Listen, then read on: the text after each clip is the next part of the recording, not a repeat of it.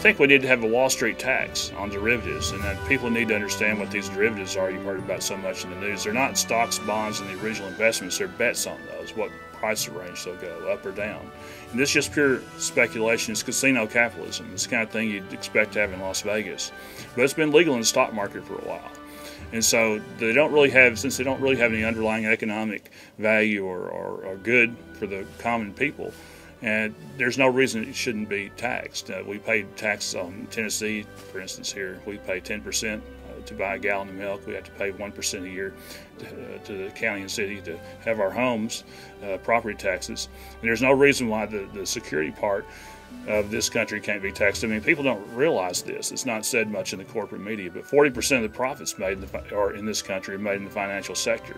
The financial sector is different from manufacturing, it's different from services. You can't see it. I mean, it's money on a wire, it's money going across seas, it's money going to the computer, it's money going offshore. And they're able to arrange things like that because Congress is set up, because of powerful lobbyists. Congress is has set it up for them so that they can go ahead and make these moves, and it's totally legal a lot of times under the IRS code. So we need to rein in our financial industry, get control of our money, and one way to do that would be through a Wall Street tax. It would raise probably, if you just taxed the derivatives by 0.75% a year, it would raise about $670 billion. And that's enough to pay for the entire defense budget, at least as it's outlined by the president. So that would be a good start. The other thing I think we should do is to start an alternative Federal Reserve, which I think I've talked about in New Hampshire at various sites when I was up there last week.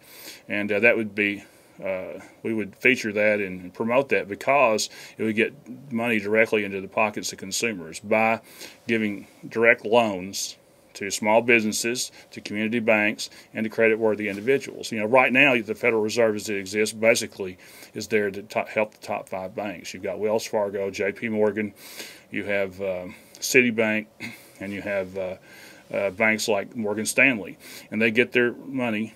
It's been up to $13 trillion over the last 3 or 4 years. They get it from the Federal Reserve directly. And it's at about 1/3 of 1% or something like that, maybe a little bit more.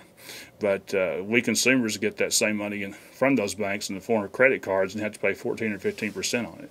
So it's not fair for them, for the government to capitalize these big banks, which now take up 64% of the total financial market.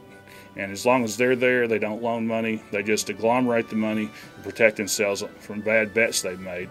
And we're not going to have prosperity on Main Street.